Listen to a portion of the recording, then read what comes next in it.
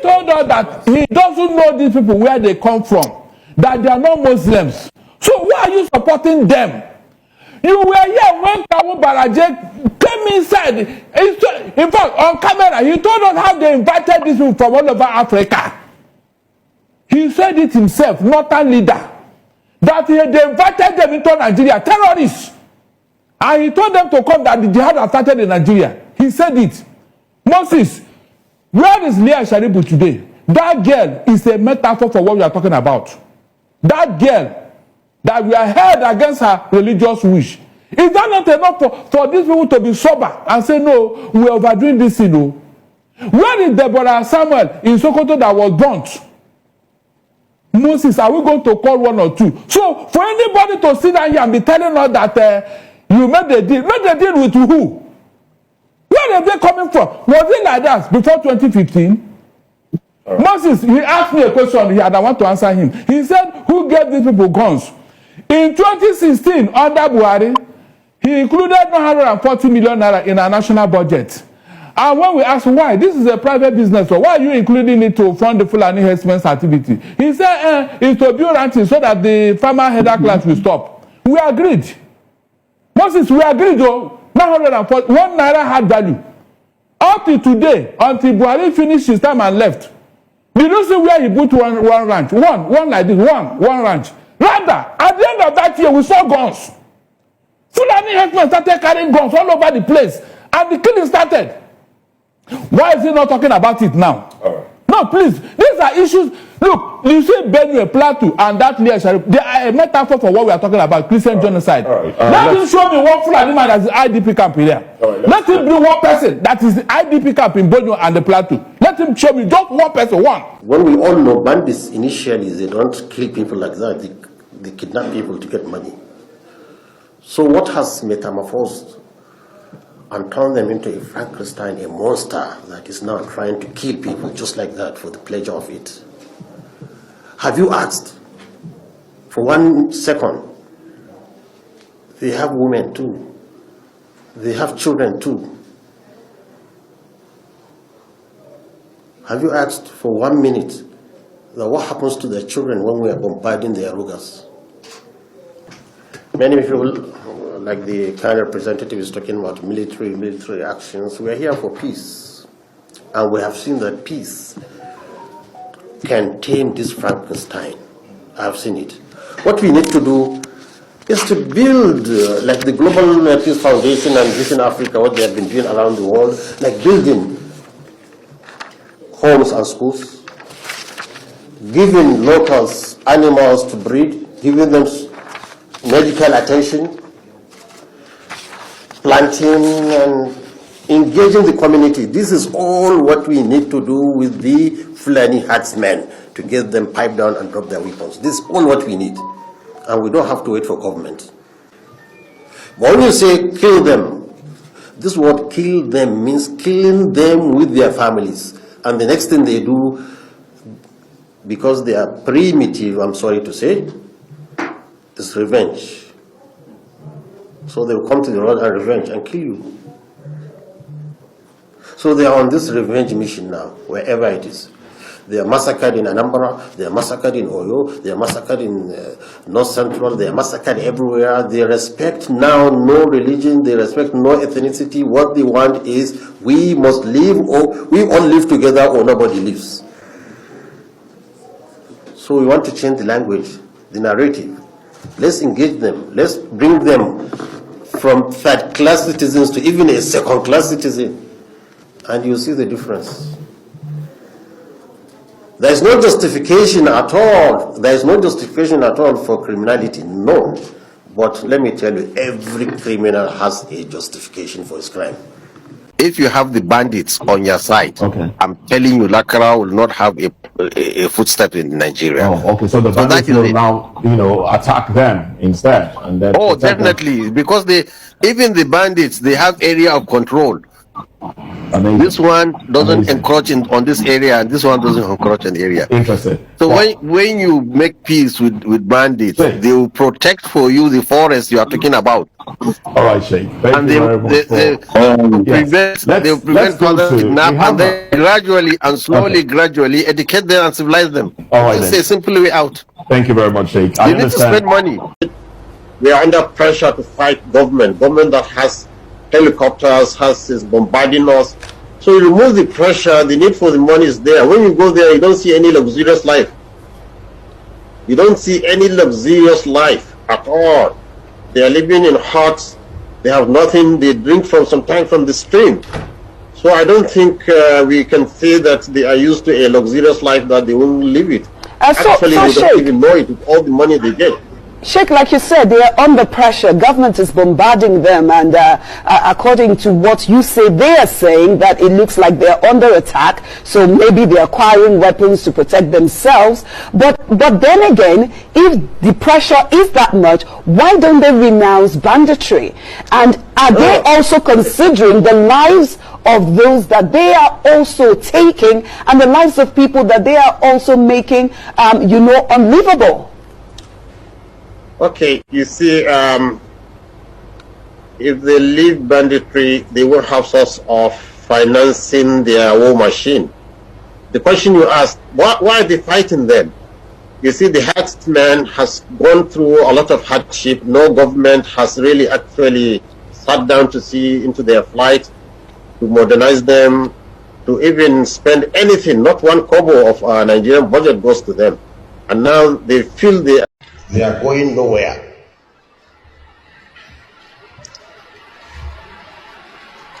They are part of us and we are part of them. We must live with them. You can't drive them away, and they can't drive us away. They are our neighbors, so we should never allow them to be our enemies. And if by any mistakes, by our actions, we have turned them into enemies, then we are finished. Because our real enemy will use them against us. As your real enemy will use your neighbor against you, and nobody knows your secret more than your neighbor. He knows when you come back and when you go out. So we should never allow herdsmen to be our enemies. What do you say when they say we don't negotiate with terror? That word, I don't know where they got it from. It's not in the Bible. It's not in the Quran. In fact, it's not even in practice. Everybody's negotiating with bandits. America had an office where they were negotiating with Taliban in Qatar. Everybody's negotiating with outlaws, non-state actors. Everybody. So where do they get that knowledge from? We negotiate for peace and our strategic interests. If negotiation will bring stoppage of bloodshed, we do it. Some critics argue that your actions, the way you engage with these bandit groups, seem to legitimize their operations, and also it undermines the state authority. How do you respond to accusations that you empower them to carry out these attacks, kidnappings, and violence that we see across board? Anybody who thinks that way, because he doesn't know the intricacies and what we go through, and he doesn't even know that I go there with the authorities. I don't go there alone, and I go there with the press. You've never gone there alone? I've never been there alone, never. When was the last time you had these meetings with them? No, it was just in 2021. That's when I did a marathon trying to see if I can get as much as possible to get them together. But unfortunately, the government of that day is not keen about what we are doing. I mean, the federal government. The states were keen. The federal government was not keen. So they declared them terrorists. And since they are declared terrorists, we said, okay, we have disengaged completely from every contact with them. But this quote, among several others, quite popular and controversial, attributed to you, I'd like to read that to you. Okay. You said, and I quote, "Kidnapping children from school is a lesser evil because in the end, you can negotiate, and now bandits are very careful about human lives." Do you still stand by this quote? I think part of it is correct and part of it is wrong. Saying that kidnapping children is a lesser evil than killing his soldiers, definitely is lesser. Killing is worse than, but they're all evil. It's just a lesser evil. Not all evils are of the same parallel. So it's a lesser evil than, like what happened in Kebbi. They abducted children and they were released. They didn't kill them. In Niger State, over 230 of those school children that were kidnapped are said to be, by the school authorities, are said to be in the nursery and primary school classes. Some children as young as 6 were kidnapped, and they're currently still in the hands of the bandits in harrowing conditions. What do you say to the parents of these children? It's an evil, and we pray that they escape. You pray that they escape? Yes. You were a captain in the Nigerian army, and also you've had dealings with the bandits. Do you think that we are moving in the right direction to be able to stop this, or do you still see some gaps? No, you see, we need a robust army, a military strong, and it's holding the nation now. There's nothing holding this nation without the military. That's good. It should be equipped, it should be trained, it should be there and ready. But even the military is saying our role in this civil unrest, in this criminality, is 95% kinetic. The rest is the government, the politics, the locals. The military cannot do everything. So we should not tax our military for more than what they can do. So our military cannot win this war against them? Where a military won guerrillas? Nowhere. The last time you went into the forest to negotiate, to speak with the bandits, was in 2021, then in 2025, and it seems like this issue has taken a turn for the worst. How would you rate no, I wouldn't say now? a turn for the worst. The death we had in before our intervention and before we bring this to light are worse. Villages were killed, ransacked, but now you hardly hear a village ransacked. On the contrary, we've seen the activities of the bandits group spread across the northwest and even the southwest. The sporadic attack. Nowhere can say you have 100% security, especially when you are coming out from a very serious situation like our Nigeria. So what do they want? They're fighting an existential war. So what do they want to be able to exist? And what does this look like? What would this look like? Their life immemorial lives on cattle rearing. He doesn't like anything except his cattle to be multiplying. So he knows where to graze his cattle, to take care of his cattle. That is his life. In fact, they inherit it. They will tell you, this cow I inherited from my grandfather. And so you believe, from what you've said, you believe that the bandits are mostly Fulanis? You believe that the bandits mostly the bandits, not the Boko Haram. They are mostly Fulani herdsmen, not the Fulani town. Because you have to differentiate between the two. Let's discuss this further with Sheikh Ahmad Abubakar Gunmi, Islamic cleric and former officer in the Nigerian army. Welcome to the program, sir. What's your reaction to U.S. conducting missile strikes targeting alleged ISIS positions in Nigeria? Okay, good morning. It's not only my reaction. The general temperature here is that this is uncalled for.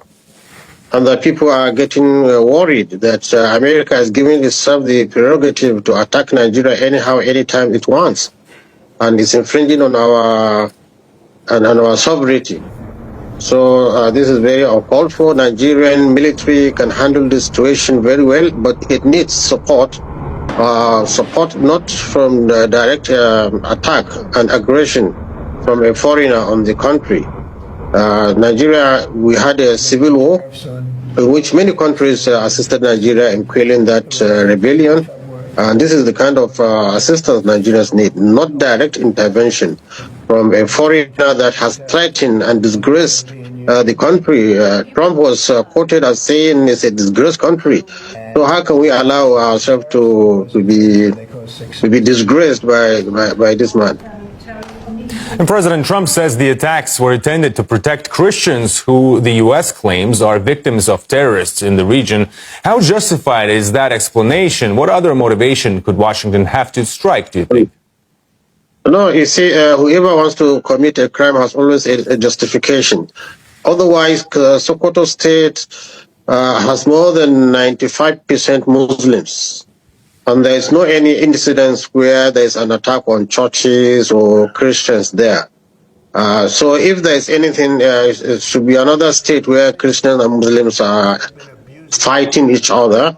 That is where we expected, even if there is going to be. But as a principle, we reject totally that any foreigner should fire and attack us in any sense, in any form, and also coerce the Nigeria into accepting this status. You know, judging by what you're saying, it does sound a bit dodgy, frankly speaking. And Trump warned Nigeria last month that if it didn't address the Christian security concerns, he would send in the military with, quote, guns a-blazing. What do you think about that statement? Look at it now. The Minister of Defense is a Christian. The Chief of Defense Staff, where all the security output is a Christian. So what else do you want us to do? Will these Christians be killing Christians? There's nothing like Christian genocide. It's just a claim by them. If they want to commit everything, they have also a reason, the justification. But there is no any Christian genocide in Nigeria. Well, are Christian killed and Muslim killed? Yes, there is killing between herders and farmers, clashes which has metamorphosed into what we are seeing now. Clashes all over the fault lines. But Muslims attacking Christians or Christians attacking Muslims in a form of genocide is not in Nigeria now. So it's just a claim, and they have an ulterior motive, which is what all Nigerians, most Nigerians believe.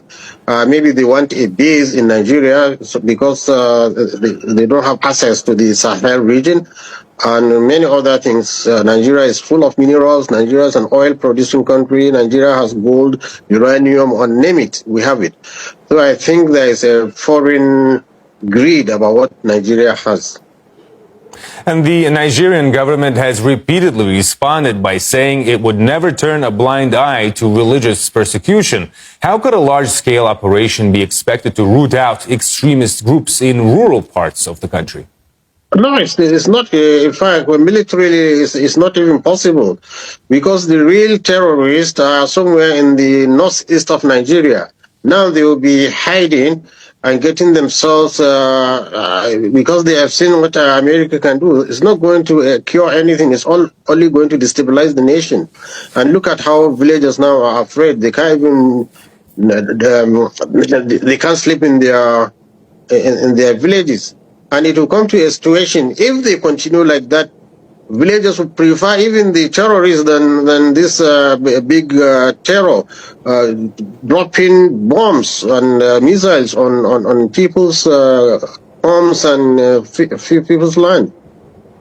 And Nigeria has also confirmed that it's engaged in a security operation with the United States. What do you think about that cooperation, especially given the U.S. track record on eliminating terrorist groups in Africa?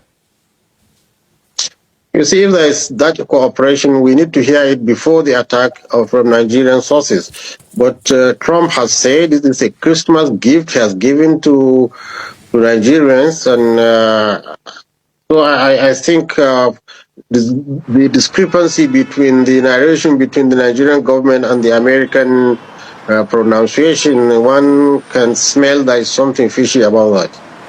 You've just heard a message that echoes the cries of the oppressed and the resolve of the free. At Biafra Battle Cry TV, we stand firm in amplifying voices that challenge tyranny and defend humanity. Stay vigilant, stay united, and never stop speaking truth to power. Until